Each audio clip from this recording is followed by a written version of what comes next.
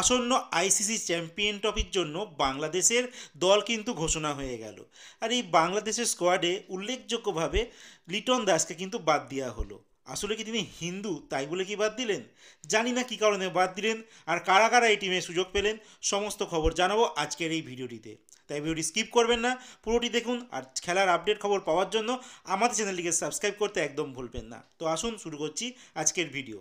সবার প্রথমেই বলবো, বাংলাদেশের যে 15 সদস্যের টিম ঘোষণা করা হয়েছে সেখানে কারা কারা চান্স পেয়েছে। যেখানে সবার প্রথম বলবো ক্যাপ্টেন নাজমুল হোসেন শান্ত, তিনি চান্স পেয়েছেন। আছেন তানজিদ হাসান, যিনি এই মুহূর্তে বিপিএল মানে বাংলাদেশ প্রিমিয়ার লিগে সবথেকে বেশি রান করেছেন। তিনি 7 ম্যাচে এই 400+ মতো রান করেছেন। আর এরপরেই বলবো তাওহিদ হৃদয়, তিনি চান্স পেয়েছেন। মুশফিকুর রহিম, তিনি উইকেট কিপার হিসেবে চান্স পেয়েছেন, বাট বর্তমান সময়ে তিনি আর উইকেট কিপিং করেন না। তো সেখানে আমরা লিটন দাসকে দেখতে পারি। আর লিটনের জায়গায় এখানে জাকির আলীকে কিন্তু সিলেকশন করা হয়েছে। তার সঙ্গে আরও একজন উইকেট কিপারকে কিন্তু সিলেকশন করা হয়েছে, পারভেজ হোসেন ইমন, যিনি বর্তমানে এখনও অবধি একটাও টোয়েন্টি ম্যাচ ছাড়া আর অন্য কোনো ম্যাচ খেলেনি। তো যাই হোক, প্রথম যদি তিনি চান্স পান তাহলে প্রথম ডিবিউ কিন্তু এই আইসিসি চ্যাম্পিয়নশিপে তার হতে চলেছে। এছাড়াও আছে মুস্তাফিজুর রহমান, তাসকিন আহমেদ, রিশান হোসেন, মেহেন্দি হাসান মিরাজ, আছে মেহমুদুল্লাহ, আছে তানজিদ হাসান সাকিব, নাহিদ রানা, যিনি খুব উল্লেখযোগ্যভাবে অনেক নাম করেছিলেন, তারপরও তিনি ঠিকঠাক কিন্তু পারফরমেন্স করতে পারেননি। এছাড়াও রয়েছে সৌম্য সরকার, আর আছে নাসুম আহমেদ। আর এখানে উল্লেখযোগ্যভাবে বাদ পড়ে গেল লিটন কুমার দাস, যার অ্যাভারেজ কটা ম্যাচ খেলেছে আর কত রান করেছে একবার আপনাদের বলে দিই।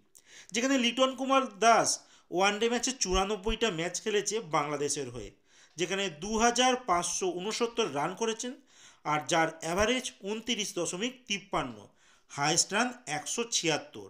আর এই 29.69 অ্যাভারেজ বলছি, এটা বাংলাদেশের খেলোয়াড়দের নিরিখে অনেকটাই বেশি। তারপরও কিন্তু এই খেলোয়াড়টিকে বাদ দিতে হলো। বর্তমানে বিপিএলে এই লিটন কুমার দাস কিন্তু সর্বোচ্চ রান দিকে দ্বিতীয় স্থানে রয়েছে। তার 6 ম্যাচে 240 রান তিনি করেছেন।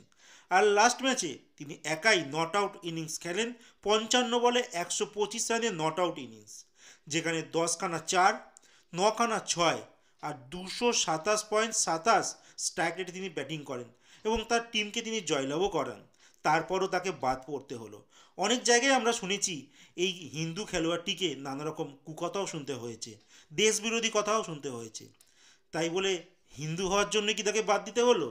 জানি না এর ফল কী হবে বাংলাদেশের ক্রিকেটে, কিন্তু হিন্দু হওয়ার জন্য বাদ পড়তে হলো এই বাংলাদেশি লিটন দাসকে। আজ হয়তো লিটন বাদ হবে, কালকে হয়তো দেখবেন সৌম্য সরকারও বাদ হবে। এই সৌম্য সরকারকেও অনেক কথা শুনতে হয় বাংলাদেশি ফ্যানদের থেকে। যাই হোক, কী হবে সেটা তো পরের কথা। বাট আপাতত বাংলাদেশের যে 15 সদস্যের যে টিম ঘোষণা হয়েছে সেখানে কিন্তু নেই বাংলাদেশের অন্যতম ফেভারিট একজন খেলোয়াড় লিটন কুমার দাস।